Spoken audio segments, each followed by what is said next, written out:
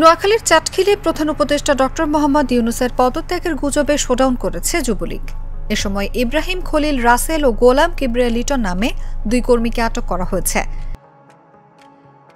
শুক্রবার রাতে মোহাম্মদপুর ইউনিয়নের বানসা বাজারে এই ঘটনা ঘটে। পরে স্থানীয় বিএনপি কর্মীদের সহায়তায় পুলিশ ওই দুইজনকে আটক করে।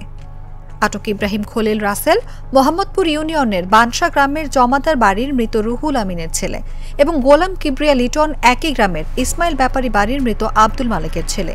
তারা ইউনিয়ন যুবলীগের রাজনীতির সঙ্গে যুক্ত।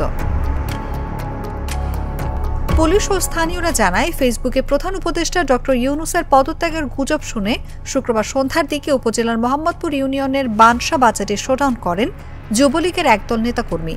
এতে এলাকায় উত্তেজনা ছড়িয়ে পড়ে। খবর পেয়ে ঘটনাস্থলে যায় পুলিশ। পরে স্থানীয়দের সহায়তায় দুজনকে আটক করে থানায় নিয়ে যায় পুলিশ। চাটখিল থানার ভারপ্রাপ্ত কর্মকর্তা ফিরোজ উদ্দিন চৌধুরী আটকের বিষয়টি জাগো নিউজকে নিশ্চিত করেছেন।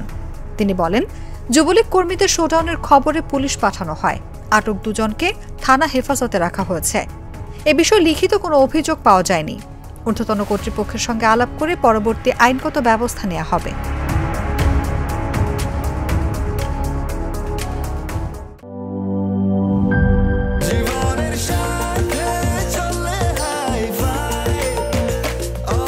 স্বাস্থ্যকর অল টাইম, সব সময় অল টাইম হেলদি লাইফ।